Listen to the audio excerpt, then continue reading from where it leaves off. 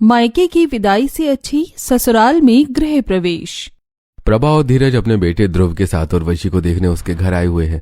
चाय पीते हुए धीरज की नजर सिल्की शरारा पहने अपने मम्मी पापा माया और हरीश के बगल से सोफे पर बैठी उर्वशी पर ही टिकी है, चाय का कप टेबल पर रखकर। भाई साहब, आप शादी की तैयारियां शुरू कर दो, हमें आपकी लड़की बहुत पसंद है। फिर तो आप यही समझ लो कि मेरी बेटी यहाँ से विदा होने ही वाली है और आप घर जाकर उसके गृह प्रवेश की तैयारियां शुरू कर दो। भाई साहब, इतनी भी क्या जल्दी है बेटी को विदा करने की? बहन जी, आपको तो पता ही है कि बेटी पराया धन होती है, तो उसे ज्यादा दिन अपना बना के रखना ठीक नहीं है, खासकर तब जब लड़के वाले उसे पसंद कर ले। आपकी बात भी सही है। तब तो आज ही घर जाकर पंडित जी से बात करता हूँ और शादी का शुभ मुहूर्त निकलवाता हूँ। रिश्ता पक्का करके प्रभा, धीरज और ध्रुव वहां से चले जाते हैं। उनके जाने के बाद उर्वशी टेबल पर रखे चाय नाश्ते के झूठे बर्तन उठाई रही होती है कि तभी उसके पास उसकी छोटी बहन अदिति आती है और ये सब काम बाद में करना, पहले जो मेरा शरारा पहना हुआ है वो उतार दी। बस 2 मिनट, उतार रही हूँ। नहीं, अभी उतार, इसमें दाग लग जाएगा, बहुत महंगा शरारा है ये। ठीक है, उतारती हूँ। झूठे बर्तन टेबल पर रखकर उर्वशी अपने रूम में जाती है और वहां से पुराना सलवार सूट पहने प्रेस और घड़ी किया हुआ शरारा लेके वापस अदिति के पास आती है। ये ली बहन, अपना महंगा शरारा, मैंने प्रेस भी कर दिया है। अदिति को शरारा देकर उर्वशी झूठे बर्तन लेकर किचन में चली जाती है। उसी दिन शाम को उर्वशी का पूरा परिवार हॉल में बैठा इवनिंग स्नैक्स एंजॉय कर रहा था। तभी हरीश के पास धीरज का फोन आता है। धीरज से बात करने के बाद समधी जी ने पंडित जी से शादी की डेट निकलवा ली है। इसी महीने की 25 तारीख को शादी का मुहूर्त निकला है। अब तुम सब बताओ, शादी के पहले हल्दी और मेहंदी के फंक्शन कब और कैसे करने हैं? कब और कैसे से तुम्हारा क्या मतलब है? जैसे होते हैं और जब होते हैं वैसे ही होंगे। हाँ पापा, मैं अपने लिए हर फंक्शन में एक अलग ड्रेस लूंगी, और मैं भी, आखिर मेरी ननंद की जो शादी है। उन सभी की बातें उर्वशी उनके पास ही खड़ी सुन रही थी। मैं हल्दी के फंक्शन के लिए येलो गाउन लूंगी, मेहंदी के लिए ग्रीन और अपने स्पेशल दिन के लिए बेबी पिंक लहंगा, जो मैं हमेशा से पहनना चाहती हूँ। तूने जो हरकत की है उसके बाद भी हम तुझे घर में रहने दे रहे हैं, खिला रहे हैं और तेरी शादी कर रहे हैं, और अब भी तुझे ये उम्मीद है कि हम तेरे लिए और करेंगे। अरे तू हमारा एहसान मान कि तुझे अब घर से नहीं निकाला, नहीं तो तूने तो समाज में हमारी नाक कटाई है। उसके बाद तुझे धक्के मारकर घर से बाहर निकाल देना चाहिए था। पापा, मैंने कुछ भी गलत नहीं किया, आप मेरा भरोसा क्यों नहीं करते? प्लीज कोई तो मेरा भरोसा करो। हमने सुनी सुनाई बातों पर नहीं, आंखों देखी बातों पर भरोसा किया है, और आंखों देखा कभी झूठ नहीं होता। कभी कभी हमें हमारी आंखें भी धोखा देती हैं। तुझे जो करना था कर लिया, अब सफाई देने की कोई जरूरत नहीं है। उर्वशी को सिर्फ कपड़े लेने की बात पर वो सभी खरी खोटी सुनाकर अपने अपने कमरे में चले जाते हैं। और फिर अगले दिन वो सभी शॉपिंग पर जाने के लिए हॉल में इकट्ठा होते हैं और पास ही खड़ी उर्वशी से, हम लोग शॉपिंग पर जा रहे हैं, हमारे पीठ पीछे किसी को घर पर मत बुला लेना। भाभी जी, आपकी सोच मेरे बारे में ऐसी है? ये मेरी सोच नहीं बल्कि तुम्हारी हकीकत है। आखिर उर्वशी ने ऐसा क्या किया जो उसका पूरा परिवार उससे इतनी नफरत करने लगा और ऐसी बुरी बुरी बातें कर रहा है? उर्वशी ने जो भी किया हो बहुत ही गलत किया होगा। पूरा परिवार एक साथ शॉपिंग करने के लिए चला जाता है और शाम को ही शॉपिंग करके वापस लौटता है। हॉल में वो सभी अपने साथ लिए शॉपिंग बैग्स रखते हैं। उर्वशी, पानी लाना, तो बहुत प्यास लगी है। कुछ ही देर में उर्वशी सभी के लिए पानी लेकर आती है। तभी रागिनी बैग्स में से साड़ियां निकालती है और सबको दिखाती हुई, ये पीली पश्मीना साड़ी मैं हल्दी वाले दिन पहनूंगी, ये हरी चंदेरी साड़ी मैं मेहंदी वाले दिन पहनूंगी, और ये लाल रेशमी साड़ी शादी वाले दिन पहनूंगी। मैं अपने लिए सिर्फ गाउन ही लाई हूँ, ये येलो हल्दी के लिए, ग्रीन मेहंदी के लिए, और ये मजेंटा शादी वाले दिन के लिए। उदास उर्वशी रागिनी और अदिति के कपड़े देख रही थी। उर्वशी, तो उदास मत हो, तेरे लिए भी हमने कुछ सोचा है, आखिर तेरी ही तो शादी है। अदिति, तेरे पास जो ये पुराना येलो और ग्रीन सूट है ना, वो अपनी बहन को दे देना, हल्दी और मेहंदी के फंक्शन में पहन लेगी, और शादी वाले दिन ननंद मेरी शादी का लहंगा पहन लेगी। अपने अपने बैग्स लेकर सभी अपने अपने कमरे में चले जाते हैं। उर्वशी भी किचन में जाकर डिनर की तैयारी करने लगती है। देखते देखते दिन बीत जाते हैं और उर्वशी की हल्दी का दिन आ जाता है। घर के हॉल में ही हल्दी का डेकोरेशन होता है और मोहल्ले की औरतें नीता, मीना, सपना, पूजा और विमला पीली साड़ी पहने एक एक करके वहां आने लगती हैं। उन्हीं के सामने माया एक कटोरा में शुद्ध हल्दी घोल रही होती है। माया तो ये क्या कर रही है? शुद्ध हल्दी लगाएगी क्या उर्वशी को? हल्दी में बेसन तो घोले। हल्दी बहुत हार्श होती है, इससे उर्वशी की स्किन जल जाएगी। अरे कुछ नहीं होगा, हल्दी शुद्ध ही लगानी चाहिए। और उर्वशी की चमड़ी मोटी है, नाजुक नहीं है जो जरा सी हल्दी से छिल जाए। माया के हल्दी घोलने से पहले ही अदिति का पुराना पीला सूट पहने उर्वशी वहां आ जाती है। पीली पश्मीना साड़ी पहने रागिनी और पीला गाउन पहने अदिति उसे टेबल में बैठाती है। उर्वशी ने वही सूट पहना है ना जो अदिति ने जयंत की हल्दी में पहना था? हाँ, सूट तो वही है, लेकिन सबने नए और उर्वशी ने पुराने कपड़े क्यों पहने हैं? भगवान जाने, ये इनके घर का मामला है, इन्हें ही पता होगा। उर्वशी को जलन न हो इसलिए सपना, मीना, नीता और विमला उसके पैरों, हाथों और गालों में थोड़ी सी हल्दी लगाती हैं, मतलब हल्दी शुभ करती है। लेकिन माया उसके हाथों पर और पैरों में हल्दी मलने लगती है। मम्मी क्या कर रही हो? जल रहा है, ज्यादा हल्दी मत लगाओ ना। छिप कर जल रहा है, बड़ी आई नाटक करने वाली। इस तरह बोलकर दुनिया वालों को क्या दिखाना चाहती है कि मुझ में ममता नहीं है? माया के बाद एक एक करके रागिनी, अदिति, पीला कुर्ता पहने जयंत और हरीश उर्वशी को पूरे शरीर में रगड़ रगड़ कर हल्दी लगाते हैं। मेरे घर वाले कितना बदल गए हैं। मेरी एक खरोंच पर जिनकी आंखों में आंसू आ जाते थे, आज वो खुद मुझे चोट पहुंचा रहे हैं। मेरा शरीर जल रहा है, फिर भी इन्हें जरा सी भी परवाह नहीं है। हल्दी की पूरी रस्म होते ही उर्वशी भागकर अपने कमरे में जाती है और बाथरूम में जाकर नहाकर टॉवल लपेटकर बाहर आती है। प्योर हल्दी की वजह से उर्वशी के पूरे शरीर में रैशेज पड़ गए थे। हड़बड़ाई उर्वशी ड्रेसिंग टेबल में मॉइस्चराइजर ढूंढने लगती है। कहाँ गया मॉइस्चराइजर? कल तक तो यही था। ये जलन मुझसे बर्दाश्त ही नहीं हो रही। एक काम करती हूँ, भाभी के रूम में जाकर उनका मॉइस्चराइजर लगा लेती हूँ। उर्वशी भागकर रागिनी के कमरे में जाती है और ड्रेसिंग में रखा मॉइस्चराइजर लगा ही रही होती है कि तभी बाथरूम से नहाकर रागिनी टॉवल लपेटे आती है और उर्वशी को मॉइस्चराइजर लगाता देखकर, ये तुम क्या कर रही हो? भाभी जी, हल्दी की वजह से मेरा पूरा शरीर जल रहा था, इसलिए मैंने आपका मॉइस्चराइजर यूज कर लिया। किससे पूछा तुमने? तुम्हें पता भी है ये कितना महंगा मॉइस्चराइजर है? भाभी जी, कभी आप भी तो मेरा मेकअप किट यूज किया करती थी। मैंने कभी आपसे उसकी कीमत नहीं बताई और नहीं आपको टोका। मुझ पर एहसान जताती है। गुस्से में रागिनी उर्वशी को जोरदार थप्पड़ जड़ देती है। रोती हुई उर्वशी हॉल में बैठे सभी घर वालों के पास जाती है। मम्मी पापा, मुझे भाभी ने थप्पड़ मारा। जरूर तो नहीं कुछ गलत किया होगा, इसलिए तेरी भाभी ने तुझे थप्पड़ मारा। मैंने कुछ नहीं किया, मैंने सिर्फ भाभी का मॉइस्चराइजर यूज किया था बस। उर्वशी के पीछे पीछे रागिनी भी साड़ी का पल्लू संभालती हुई आती है। हाँ, यूज किया था, वो भी बिना मुझसे पूछे। उर्वशी, तब तो तेरी भाभी ने बिल्कुल सही किया। अरे अब तुझे हमेशा याद रहेगा कि किसी का सामान उससे पूछे बिना यूज नहीं करना चाहिए। अपनी भाभी के थप्पड़ से ज्यादा तकलीफ उर्वशी को अपने माँ बाप की बातों से हुई। रोती हुई उर्वशी अपने कमरे में चली जाती है। अगले दिन हॉल में उर्वशी की मेहंदी के लिए हरे कपड़ों में सभी मेहमान इकट्ठा हो जाते हैं। उनके आने के बाद उर्वशी भी अदिति का पुराना हरा सूट पहने वहां आकर सोफे पर बैठ जाती है। कल भी उर्वशी ने अदिति का पुराना सूट पहना था और आज भी। आखिर माजरा क्या है? चल क्या रहा है इस घर में? क्या है जो भी चल रहा है, हमें क्या करना है? कुछ देर बाद वहां हरी चंदेरी साड़ी पहने रागिनी, हरा गाउन पहने अदिति और हरी साड़ी पहने माया कटोरी में मेहंदी लिए आती है और उर्वशी की उंगलियां कटोरी में डुबोने लगती हैं। माया, ये तुम उर्वशी के हाथों में किस तरह मेहंदी लगा रही हो? मेहंदी आर्टिस्ट को नहीं बुलाया है क्या?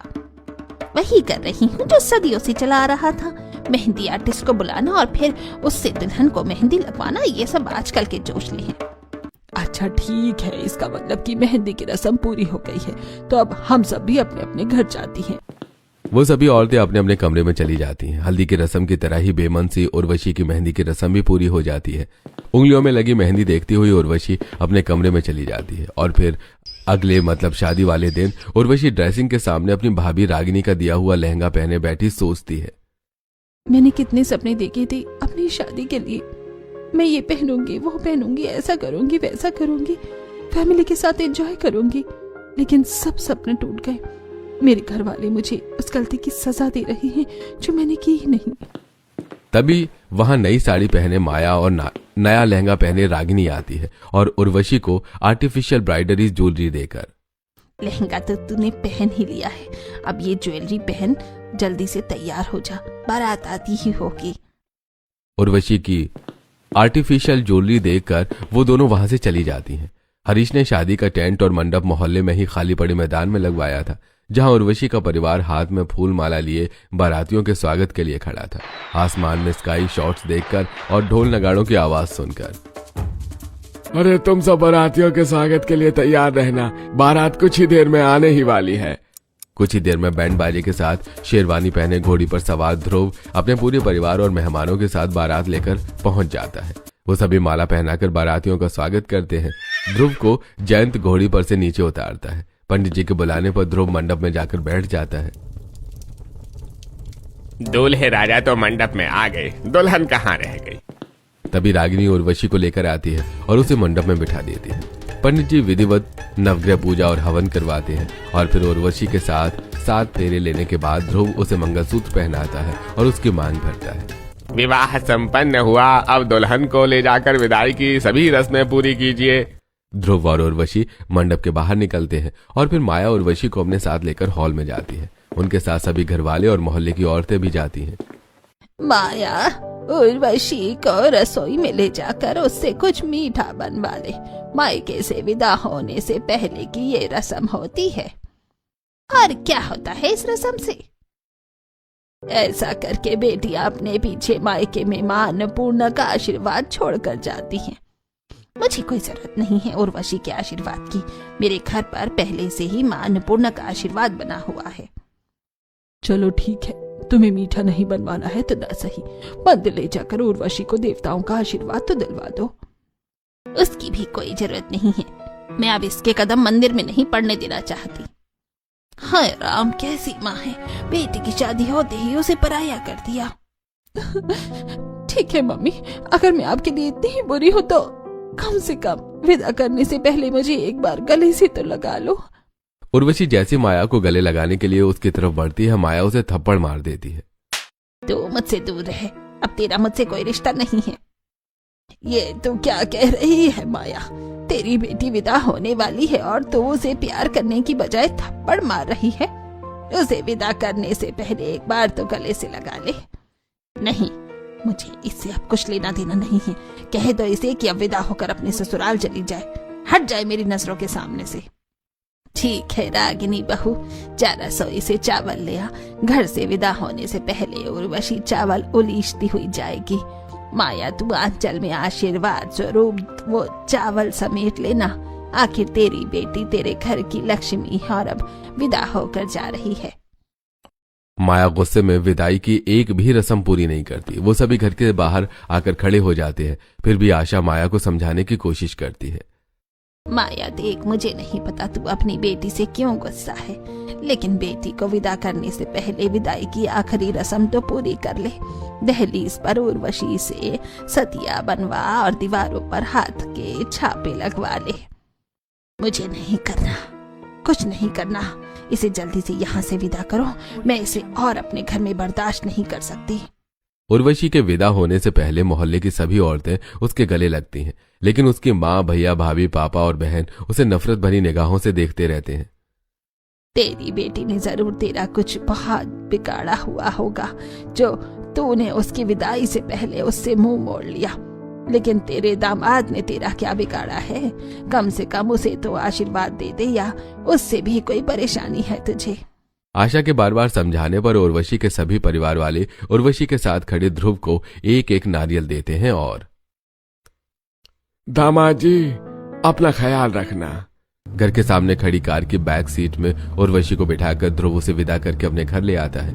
उनके घर पहुंचने से पहले ही ध्रुव का पूरा परिवार घर पहुंचकर उर्वशी के गृह प्रवेश की सभी तैयारियां कर चुका था।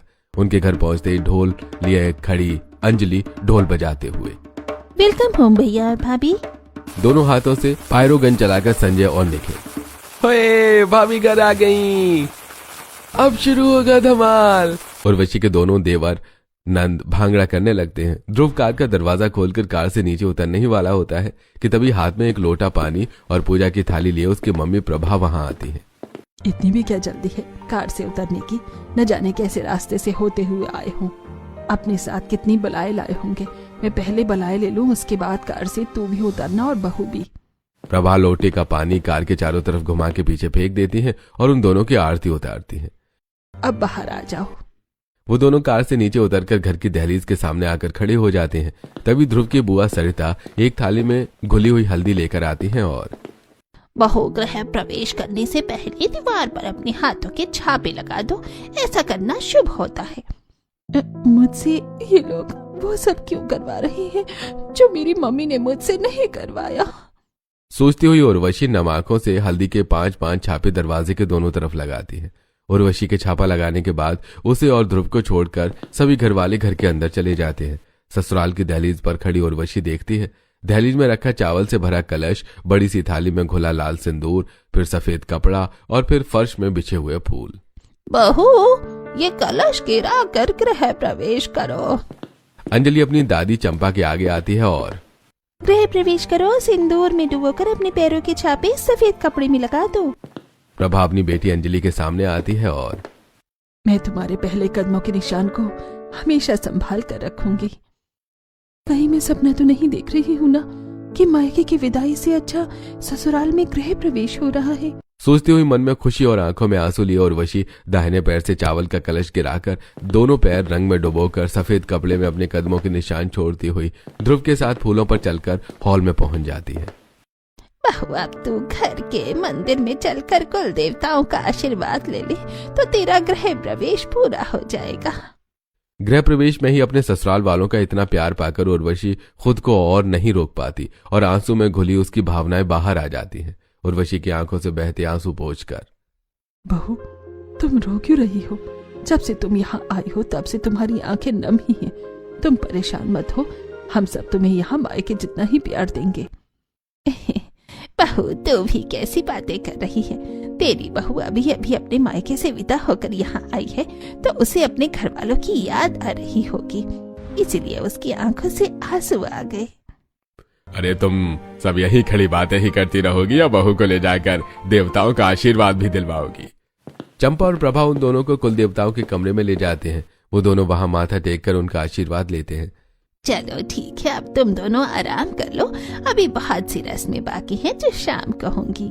ध्रुव उर्वशी को लेकर जैसे अपने कमरे के पास पहुंचता है, दरवाजे पर खड़ी अंजलि उन दोनों को देखकर दोनों हाथ फैलाकर रास्ता रोक लेती है और भाभी जी, ऐसे कैसे बिना टोल टैक्स दिए अपने कमरे में आ जाओगी? द्वार छिकाई तो लगेगी ही। अंजलि देख, हम बहुत थके हुए हैं, कमरे में जाने दे, टोल टैक्स बाद में ले लेना। बाद में नहीं, अभी। अंजलि की आवाज सुनकर प्रभा वहां आ जाती है और अंजलि क्यों अपनी भाभी को परेशान कर रही है? उसे जाने दे कमरे के अंदर। ऐसे कैसे जानी तू मम्मी? नेक लेने का ऐसा मौका मुझे जिंदगी में फिर कभी नहीं मिलेगा। मैं क्या दूं? मेरे पास तो देने के लिए कुछ भी नहीं है। प्रभा उर्वशी के पीछे आती है, उसके हाथ में सोने की चेन पकड़ाकर उसके कान में। बहू, ये लो, अपनी ननंद को दे दो, वो खुश हो जाएगी। उर्वशी वही सोने की चेन अंजलि को दे देती है। वाह भाभी जी, सोने की चेन। मिल गया ना नेक, चल अब साइड जा, मेरी बहू को कमरे में जाने दे। सोने की चेन पाकर खुश अंजलि अपने भैया भाभी को कमरे के अंदर जाने देती है। वो दोनों बेड पर बैठकर कुछ देर आराम करते हैं। कुछ देर बाद नया गुजराती लहंगा लिए प्रभा, बहुत ही अट्रैक्टिव पर्पल गाउन लिए अंजलि और अपना खानदानी मैरून मोतियों और कौड़ियों से जड़ा हुआ लहंगा लिए रूपा कमरे में आती है। बहू, तुम अपनी मुंह दिखाई की रस्म में ये लहंगा पहनना, मैंने खास तुम्हारी मुंह दिखाई के लिए ही खरीदा है। नहीं भाभी जी, अभी गाउन पहनना। मुंह दिखाई की रस्म में बहुएं हमेशा लहंगा या साड़ी ही पहनती है। आप गाउन पहनकर एक नया ट्रेंड सेट करना। अरे तुम दोनों हटो, मेरी पोता बहू ये खानदानी लहंगा पहनेगी। तभी वहां भरी हुई बनारसी लाल साड़ी लिए तूफान की तरह उर्वशी की बुआ सास सरिता आती है और मेरे भतीजा बहू ना तो गाउन पहनेगी और ना ही ये ओल्ड फैशन लहंगे। मेरी भतीजा बहू पहनेगी मेरी दी हुई है बनारसी साड़ी। ससुराल वालों का इतना प्यार देखकर उर्वशी की आंखें एक बार फिर नम हो जाती हैं। बहू, तुम फिर से रोने लगी? तुम्हें हमारे दिए हुए कपड़े पसंद नहीं आए हैं क्या? नहीं मम्मी जी, ऐसी बात नहीं है। आप लोगों का इतना प्यार देखकर मैं इमोशनल हो गई हूँ। बहू, अपने आंसुओं को संभाल कर रखो, तुम्हें ससुराल में बहुत ज्यादा प्यार मिलने वाला है। वो चारों अपने लाए हुए लहंगे और साड़ी और गाउन रखकर चली जाती है। उर्वशी अपनी दादी सास का दिया हुआ खानदानी लहंगा पहनकर मुंह दिखाई की रस्म के लिए हॉल में जाती है, जहां मौजूद घर की सभी औरतें और मोहल्ले की ललिता, रानी, निशा और शिवानी उर्वशी को देखकर, मेरी पोता बहू इस खानदानी लहंगे में बिल्कुल राजघराने की नई बहू लग रही है। वो तो लगेगी ही, मेरी बहू को मायके में अच्छे संस्कार जो मिले हैं। सिर्फ एक दिन में ही मेरे ससुराल वालों को पता चल गया कि मायके में मुझे अच्छे संस्कार मिले हैं, लेकिन जिनके हाथ में पैदा होते से ही रही, जिन्होंने मुझे संस्कार दिए, उन्हें ही अपने संस्कारों पर भरोसा नहीं है। मुंह दिखाई की रस्म पूरी होने के बाद उर्वशी अपने कमरे में ध्रुव के साथ बैठी हुई थी, लेकिन उसके चेहरे पर खुशी नहीं बल्कि मायूसी, दुख और आंखों में आंसू थे। मैं जानता हूं उर्वशी, तुम्हें इस समय अपने घर वालों की याद आ रही है। अरे आनी भी चाहिए, जिनके साथ पूरी जिंदगी रही, उनसे अचानक विदा होना तुम्हारे लिए आसान नहीं होगा। बोलता हुआ ध्रुव उर्वशी को गले से लगा लेता है और उसके आंसू पोंछता है। अब तुम रोना बंद करो, मैं कल ही तुम्हें तुम्हारे मायके लेकर चलूंगा। ध्रुव, मेरे आंसुओं की वजह मायके से विदा होना नहीं, बल्कि कुछ और है। जो भी वजह हो मुझे बता सकती हो। उर्वशी उठकर खिड़की के पास जाकर खिड़की खोलती और आसमान की तरफ देखती हुई, आज हमारे सफर की नई शुरुआत होगी और मैं इस सफर की शुरुआत सच से करना चाहती हूँ। कैसा सच? मेरे परिवार वाले मुझसे बहुत प्यार करते थे और मेरी हर जिद और फरमाइश पूरी करते थे। उर्वशी ध्रुव से उस दिन की बात बताती है जिस दिन वो जीन्स टॉप और लेदर जैकेट पहने हॉल में बैठे अपने सभी घर वालों से ट्रिप पर जाने की बात बता रही थी। मैं अपने कुछ फ्रेंड्स के साथ ट्रिप पर जा रही हूँ। हाँ तो हमें क्यों बता रही है, जाओ जहाँ जाना चाहती हो, कौन सा हम तुम्हें रोकेंगे। हमें तुम पर पूरा भरोसा है कि तुम हमारा भरोसा नहीं तोड़ोगी। काश मेरी घरवाली भी मुझ पर इतना ही भरोसा करती तो मैं भी आपकी तरह अपनी मनमर्जी से जिंदगी जी पाती। उर्वशी अपनी फ्रेंड के साथ ट्रिप पर चली जाती है। उसके ट्रिप पर जाने के 2 दिन बाद अपने कमरे में बैठी फोन में उर्वशी का फोटो देख रही माया के फोन में एक वीडियो मैसेज आता है, जिसे ओपन करते ही माया के पैरों तले जमीन खिसक जाती है। ये क्या देख रही हूँ मैं? ये देखने से पहले मैं अंधी क्यों नहीं हो गई? उर्वशी ने हमारे भरोसे का ये सिला दिया। माया की चीख सुनकर सभी लोग कमरे में आ जाते हैं और वो वीडियो देख लेते हैं। उर्वशी, तूने हमारे भरोसे का बहुत नाजायज फायदा उठाया है। अभी तक तूने हमारा प्यार देखा है, अब नफरत देखेगी। वो वीडियो देखकर गुस्से और नफरत से भरा पूरा परिवार उर्वशी के ट्रिप से वापस आने का इंतजार करने लगता है। 3 दिन बाद जब वो ट्रिप से वापस आकर हॉल में बैठे सभी लोगों के पास जाती है तो गुस्से और नफरत से भरी उनकी नजरें देखकर, क्या हुआ? आप सब लोग मुझे इस तरह घूर क्यों रहे हो? माया अपने फोन में उर्वशी को वो वीडियो दिखाती है जिसमें वो किसी लड़के के साथ होटल के रूम में थी। ये सब करने के बाद भी तू इतनी कॉन्फिडेंस से हमारे सामने खड़ी कैसे है? तूने हमारे भरोसे का ये सिला दिया, ये सब करने जाती है तू घर से बाहर। मैंने ऐसा कुछ भी नहीं किया, ये वीडियो फेक है। आपको तो पता ही है आजकल टेक्नोलॉजी कितनी एडवांस हो गई है, जिस वजह से किसी के भी ऐसी डीप फेक वीडियोस बनाए जा सकते हैं। खुद को बचाने के लिए तू किस किस पर इल्जाम लगाएगी? तू क्या सोचती है कि वीडियो देखने के बाद अब हम तेरी किसी भी बात पर भरोसा कर लेंगे? ये बात बताते हुए खिड़की के पास खड़ी उर्वशी की आंखों में आंसू आ गए।